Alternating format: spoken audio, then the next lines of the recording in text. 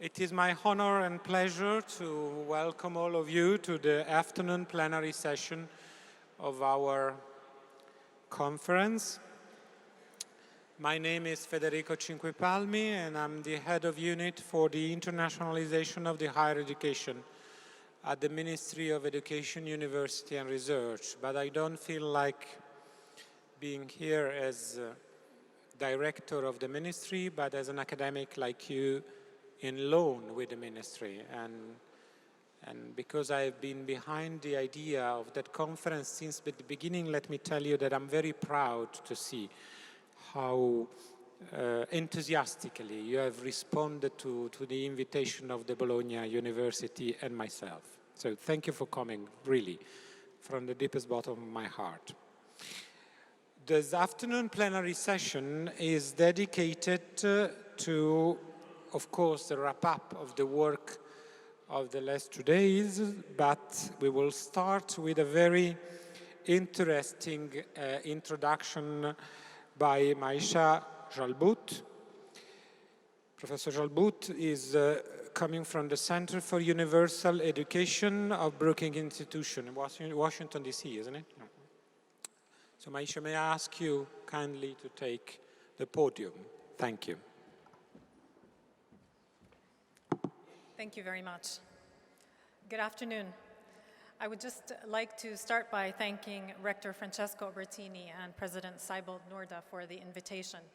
It's my absolute honor to be here with you and to have the opportunity to share some of my thoughts on educating the most vulnerable in the world at this historic gathering of universities and the 20th anniversary of the Bologna Declaration. In 2015, the Yerevan Communiqué reaffirmed the European higher education ministers' commitment to inclusive higher education with the understanding that it contributes to inclusive societies. This was, as it is now, one of the most important commitments made by a collective group of higher education officials. The Yerevan Communiqué was ambitious. It called for making higher education more accessible to students from all disadvantaged backgrounds, including those who were from lower-income families, from migrant communities, and young women who chose traditionally male specializations. You are best positioned to assess whether each of your institutions, in fact your countries, have done all they can to be more inclusive. Today, I'm hoping I can convince you that you need to do much more. I believe that if we work together, if you all work together, you can turn one of our world's most unconscionable injustices, which is unequal access to quality education, into one of the greatest hopes for our future. Addressing the education divide is not only a moral obligation, it is a crisis that can be averted. More than that, it is an opportunity to address some of the biggest challenges we face as a human race. I suspect none of you here would argue against a more inclusive education. I worry, however, that too many of us still equate more inclusion with less quality, more students with less research, or even more flexibility with less innovation. Indeed, this perspective would be mostly justified if we only attempted to do better at what we're already doing. The urgency and scale of the challenge we are facing, however, does not afford us the luxury of time to tinker with existing processes, nor does accelerating our existing efforts give us the impact that we need. Unprecedented challenges require unprecedented solutions. Nothing less than a complete shift in the way universities see their role in society will be enough. Universities need to shift their mission from educating the few to educating all. Today, more than ever, we are in urgent need of universities to lead the way in educating everyone, but especially the most vulnerable people in their communities and around the world. Europe, like most of the world, is grappling with worsening and persistent challenges resulting from the slow or exclusionary progress for most vulnerable people. Income inequality remains at an all-time high. In Europe, the average income of the richest 10% is 9.5 times higher than that of the poorest 10%. Climate change threatens to destroy our planet, altering the course of humanity. Income inequality, like conflict and climate change, affects the most vulnerable more disproportionately everywhere. And recent reports project that it will take more than 108 years for women to achieve gender equality. Education is both a remedy and at the root of inequality. Data shows that education attainment is directly related to higher levels of income and equality.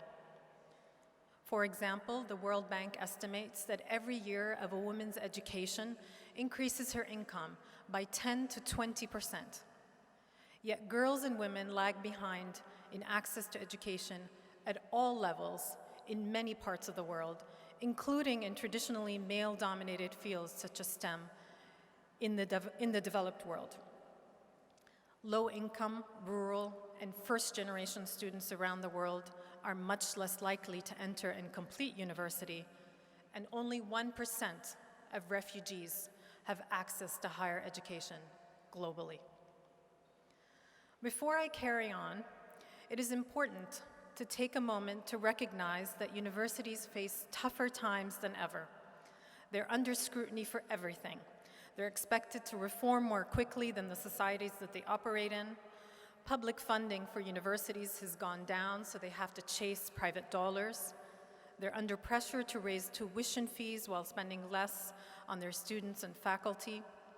They must innovate, they must integrate technology, they must change or risk being obsolete, they must be local and global at once, they must defend the value of liberal arts education, they must respond to the changing demands of employers, they have to produce the perfect graduates, entrepreneurs, leaders, Nobel Prize winners. Yes, it seems that universities are expected to perform miracles.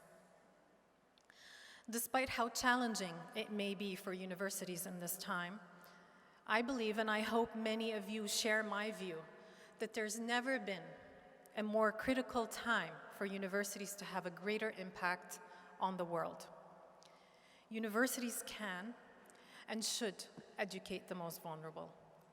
All young people deserve an education. The world needs it, and advances in technology help make it possible. Today, I'm asking you to adopt two bold strategies to making higher education more inclusive. I believe through these two strategies, universities will achieve inclusion at a larger scale and with greater impact. First, I'm asking you to make higher education open for all who need it, regardless of status and financial ability. Common inclusion programs, such as scholarship programs, like those offered by many universities here, governments and foundations, are important and have had a marked impact on the lives of thousands of students in Europe and beyond. But they cannot be the answer alone. The number of young people who deserve a quality higher education far outweighs what any one entity can offer. Even massive contributions to university endowments will only reach a select and lucky few every year. In the meantime, inequality to access to education continues to grow. In fact, access to higher education has become one of the most divisive socioeconomic barriers of recent times. Please don't misunderstand me. I believe that every life changed by university scholarship or financial aid is a life we should celebrate. Scholarships that target students' merit and financial need often end up supporting some of the brightest students in the world. But for every student who does receive a scholarship, there are thousands more who do not get the chance at continuing their education. For this to change, universities must refocus their efforts from raising funds for a few select students to opening their education to everyone who needs it. With the advancement in technologies and improvement in online learning, arguments such as needing to maintain small class sizes or limited campuses no longer hold. The universities that will have the greatest impact on the world will also be the most inclusive. And make no mistake, this is not a privilege of top universities who can afford it. In the United States, the University Innovation Alliance is made up of universities as diverse as Georgia State to Purdue. The 11 universities came together with the common goal of innovating within their universities to significantly increase access to education. Today, only 27% of low-income students complete their bachelor's degrees in the US. These universities together have set an achievable goal of increasing that number to 30% by 2020. But what's more important than that is what some universities are doing that can be replicated everywhere else. One of the alliance members that I just mentioned, Arizona State University, is ranked as the most innovative university in the US because it has adopted metrics that measure how many students they take in rather than how many they keep out. One way they achieve this is by creating many pathways to entering and completing a degree, such as offering online freshman courses and accrediting online courses from other universities towards full degrees. A recent example includes their collaboration with MIT, where students who successfully complete MIT's MicroMasters online in supply chain management can automatically receive credit and enroll in ASU's master's degree. These innovative online solutions are encouraging and have the potential to be replicated by universities worldwide, including right here in Europe and by all the universities represented here today. Before you begin to think I'm just another technology enthusiast, let me reassure you by offering some insights from the years I've worked with and learned from some of the hardest to reach learners in developing countries. Technology is not a panacea. Education solutions that simply transfer courses offered face-to-face to online platforms work for too few students to be worth any university's effort, let alone have a large impact. I've seen countless doomed to fail initiatives garner a great deal of attention and financial support with the promise to deploy the latest technology to deliver education to the most challenging contexts. These initiatives most often have three strikes against them. They do not understand the needs of the populations they serve, they're too expensive, and they underestimate the commitment required to make their efforts succeed. By contrast, initiatives that have succeeded are designed around the needs of vulnerable populations. For example, rather than offer courses in the main language of instruction, which is primarily English, universities that have local partners understand that the most marginalized populations often have limited access to English language training. And rather than offer courses online only, they build around support from local organizations that offer counseling and mentoring. And rather than end their commitment to students at graduation, they plan from the outset for how their offerings are going to help transition to sustainable livelihoods. In a nutshell, if universities are truly committed to the mission of educating the most vulnerable, they redesign their education to meet their needs. Colleagues, I'm asking you to go beyond increasing inclusivity on your university campuses. I'm asking you to commit to bolder strategies that make higher education available to anyone who needs it. But I'm also urging you not to stop there. My second ask is to give higher education a higher purpose. The purpose of making learning possible for everyone at all levels of education. Many universities perceive the business of widening the pipeline to university education to fall well outside of their jurisdiction. After all, K-12 education and adult education are led by other institutions and often regulated by other levels of government. Universities are especially reluctant to delve into the business of other levels of education if they view themselves as research institutions only, rather than experts in teaching and learning. But if universities are committed to helping make education radically more accessible, they will reconsider whom they see as their students. Studies have shown time and again that preparing students for success in colleges and careers must begin much earlier than the first year of university. To be truly inclusive, universities must partner with schools to ensure that students are prepared from a much earlier age.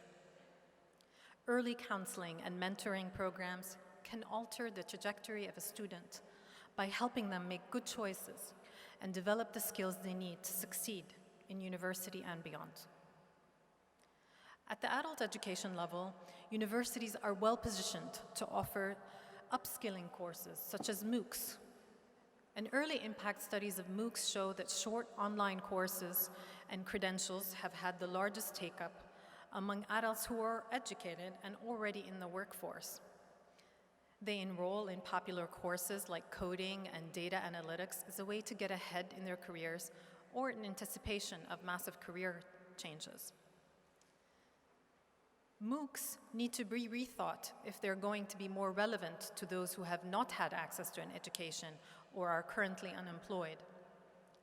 But MOOCs alone are not a solution for reaching the most vulnerable, but they do express a very important sentiment, and that is university innovation in making education more accessible does not have to be limited to transition to and from university education. Universities, especially when they work in alliances, have unparalleled resources of talent and tools that could be channeled to solve the world's education challenges. To date, universities have not been tapped for the enormous potential they could offer in the way of research and experimentation in delivering education for all. I believe it's time for universities to show greater leadership in the quest to educate all people. Universities must set themselves apart by not accepting the idea that we have to wait more than 100 years for the world to close the education gap for all children. Universities and their partners can start by questioning why we do not see similar levels of intense research, resourcing, and innovation in education as we see in other sectors. Let me give you an example. Science shows that early childhood education can completely rewire a child's brain, setting them up for a lifetime of successful learning and good mental health. Yet access to early childhood education is unequal for low-income children everywhere in the world. And in low-income countries, only 1 in 5 children are lucky enough to have access to any form of early childhood education. This can't be surprising to any of us, given that the scale and magnitude of the early childhood education challenge has never been met with the necessary level of commitment by universities or otherwise. Investing in early childhood research is, in fact, some of the lowest ever around the world. Yet despite this, I remain hopeful that universities can change the future of every child if they commit the same level of enthusiasm and resources they have made available to other sectors, such as health. It was not long ago when we could not imagine the progress universities have made in stem cell research and 3D printing of organs, just to name a couple.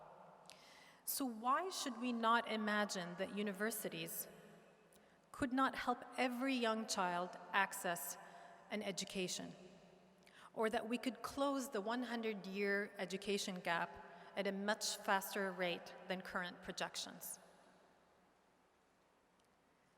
I'm hopeful that universities will not stop at seeing themselves as institutions limited to helping more students transition to and in and out of university successfully, but begin to see themselves as the best hope the world has to develop new education solutions. As institutions that have helped alter the course of society for the better so often in the past, we need universities to lead the way in changing the current course of education. It's time to expand the mission of universities from educating the few to educating everyone, including those who are most vulnerable. Colleagues, I stand before you as one example of the 1% of refugees who were lucky enough to access a university education.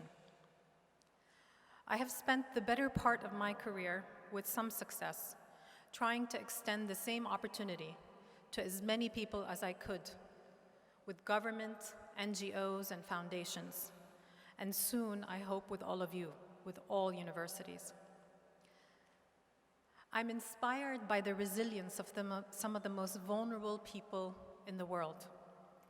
On my journey, I've met many who were less privileged than I ever was, but have gone on, thanks to investments in their education at every level, to be incredibly successful in the only way that should matter to any of us.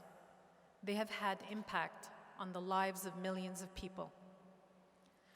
I've met university presidents who were refugees, heads of global institutions who were children of economic migrants, and women in political office who were born in countries where girls have no rights. Every child under the age of 6, every girl child, every refugee youth, every economic migrant, every woman deserves the same chance at success. And you and your universities can make that possible if you truly harnessed your power for the purpose of educating vulnerable people. Thank you.